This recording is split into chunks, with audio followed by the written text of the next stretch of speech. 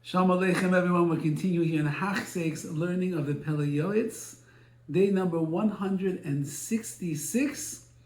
And we are moving to the chapter of Derech, the roads, traveling, and the like. And we left off yesterday speaking about this idea that sometimes people have to hit the road in order to be able to go and have a living, to make a parnasa, to raise money for themselves. It's not easy and it's not simple. And the Pele Yoetz is going to explain deeper today what it actually entails. Rabbi said, Chazal have taught us already, we should actually give thanks to those swindlers who come and pose as poor people and ask us for donations. Why? Because since that there's people that are always asking us for money, we don't know who's telling the truth, who's not telling the truth, we're obligated to give. So, because of those tricksters, those Ramayim, so we'll give to this person and that person, that person, that person, which we have an obligation to help our fellow Jews.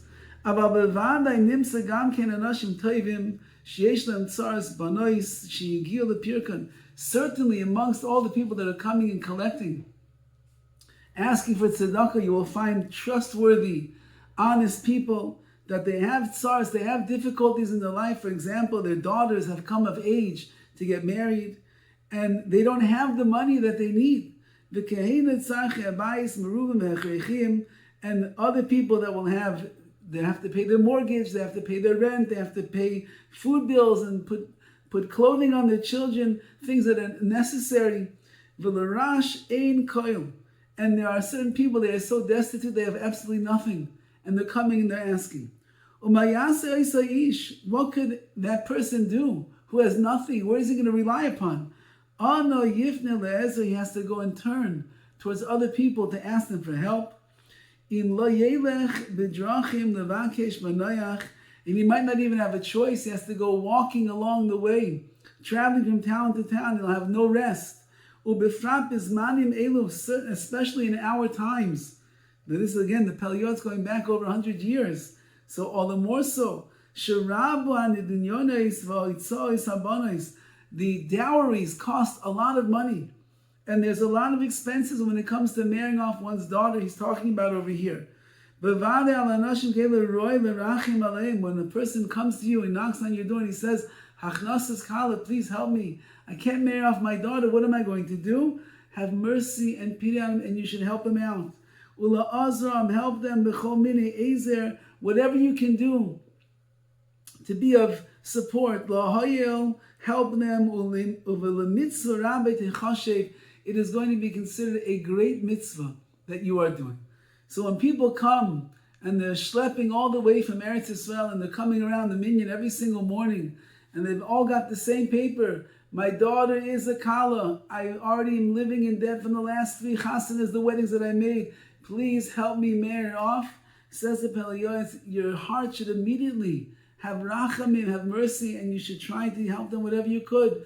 If you can't give them so much, at least give it to them with a smile. And you tell them, Mazel Tov, I wish I could do more for you. Here's $18 check. Here's my $10 bill. I'm sorry that I can't do more. In Yetz Hashem, you'll have siyata d'shemaya. Give them those brachos.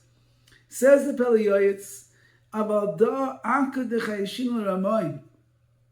Nevertheless, we do have to be concerned and suspicious that some people are really trying to take advantage.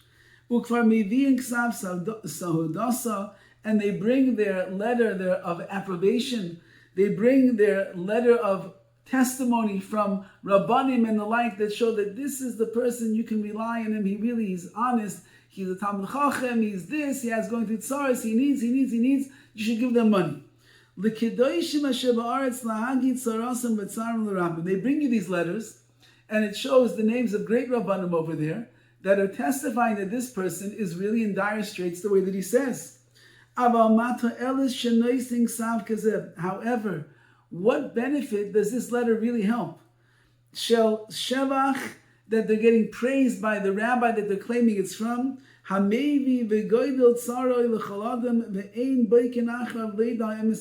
truth in the matter is, says the Pele Yoetz, do you really check so much into the letter that you're reading? He's coming with the name of a rabbi, maybe well known, or maybe not so well known. but it's a beautiful letter. Everything looks like it's good. It looks like it's legitimate. Do you do so much effort to check in and see, is the person really who he says he is? Did this rabbi, do you call the Rav? Now again, in the olden days, it's very difficult. In nowadays, much different. When you come to a town, if you want to collect, you have to go to the Bad Chesed of that town, and you have to bring your hamlatzas, you have to bring your approbations and the letters of support from the Rabbanim of the town where you're coming from. And then the job of that Bad Chesed, the job of that particular organization in the town that you live in, they're supposed to check into it to make sure that this person is legitimate. And what he's asking for is what he really needs. And you can trust him and you can rely upon him. He's going to use the money for the right things. He's not going to go waste it frivolously. So that's what we have to do, Bisman Hazeh. In those days, says the Pele Yoetz, we couldn't do such things. You couldn't check into it. So what good does the letter really do, he says? Really, you should not rely upon these letters, says the Pele Yoetz. Every person should really be equal in your eyes. Again, in those days, in our generation, again, if they come to town and they're looking to raise money, so you do your due diligence to see, are they really a worthy cause like they say that they are? Is the person being honest? Is he being sincere over here? I want to give my money to the right place. And that's why there's many modest rabbanim and the like that they will not give a letter to anyone that comes to ask them. They're afraid, they don't want to give false testimony over here. How do they know? Even the Rav doesn't have time to check into the person so carefully. And if they're not able to save themselves from writing one of these letters, at least when he writes the letter, he should write in some kind of hinting type of a way, what the nature of this particular traveler is. I had no choice. The poor guy is coming from Eretz Yisrael to America. He's going from Bosnia all the way to France. I have no choice. He's going to get there. No one knows who he is. So I had to write the letter. But I don't know 100% that you should give him everything that you have. Empty out all your life savings to give to him. So says the Pele Yoetz, if you're going to write the letter, at least do it in a way that we should understand that maybe we shouldn't give him so much money. I just have no choice but to write it. Now, but if you know that someone is in truth, you should have pity on them and mercy on them, and you should have compassion on them, and you should give them generously, then write the letter in a different way. That the one who's reading will understand. Through the writing, should he give more, should he give less? So if you write something, there's certain vana cheseds in the world where they rarely ever recommend, where they rarely ever use the words comes highly recommended. So once 1 out of 100 of the people that come with their certificate, it will say highly recommended. If the Vada Chesed of your town is writing highly recommended, or they never really ever write give generously, 1 out of 200 they write give generously, and this guy says give generously, that's already a sign that they checked him out very well, and they're hold of the organization or his cause, and therefore you should give generously if you can. Zuhi derech yishar, that's the straight path. That's the way to do it.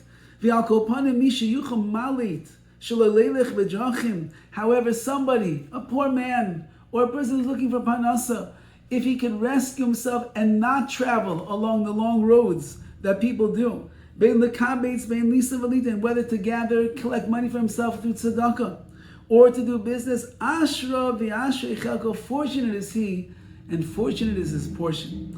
Ashra ba'olam hazeh, he's going to have fortune in this world, v'toiv lo ba'olam haba, and good will be waiting for him in the world to come, because the travails of a person on the road is not so simple. It's dangerous physically, spiritually, emotionally. It's not where a person belongs, and therefore if you could find another way to be mefarnes yourself, to give yourself, to help yourself get a livelihood, or to raise money, stay put. And therefore he writes, it's better that a person should just let things run their course and stay in your home. It's better to have some hard bread, but at least have it peacefully. Yoishe bebeisa samach al shulchanoi, sit in your house next to your table. Va'oived es koinoi hu ubanavimo, and you serve HaKadosh Baruch Hu, your family and your children together with you. Meaning, I have emunah, I have bitachon.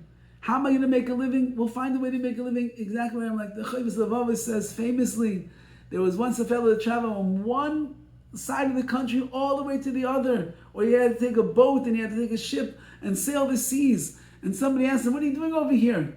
He said, I came to make a living. They said, do you believe in Hashem? He said, of course I believe in Hashem. He said, why did you come here? He says, because I believe Hashem is going to bring me a living over here.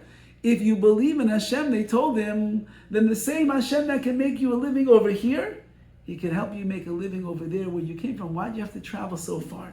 And there where he's saying, it's better. If you don't have to travel back and forth and go here and go there, stay at home and serve HaKadosh Baruch Hu, be'amunah and bitachon, and HaKadosh Baruch Hu will give you what you need to survive. However, if Hashem decrees upon you, you have no choice. You got to go on the road. So you cannot save yourself, and you must go. Kodesh Baruch Hu, if your name is Jack, he's saying, hit the road, Jack. You have no choice. You got to go. Rak Yas says, this is what you should do, though. And he says, first of all, there's special tefillahs that a person should say about the difficulties you're going through, and there's an order of prayers. We don't have them here. The order of prayers that you say when you're going to go on the road to protect you and guide you. Utzedakah lefanav yahalech. Hashem should send charity in front of you, which means things should be with righteousness, charitable ways. V'yosem l'derech ba'amav, as you're going to go on your way. V'chol yom v'yom, and every day while you're traveling, lo ya'avor miloymar tfilas haderech ketikun chazal. Don't let a single day go in your travels where you don't say tfilas haderech, the path of the wayfarer, as it says in English, as ketikun chazal, like chazal tell us. So this is the way, if a person does have to travel, if they do have to go to raise money, they do have to go make a living, there's nothing they can do, keep davening to HaKadosh Baruch Hu, make sure that everything is running b'tzedakah, with righteousness and the way that Hashem really wants.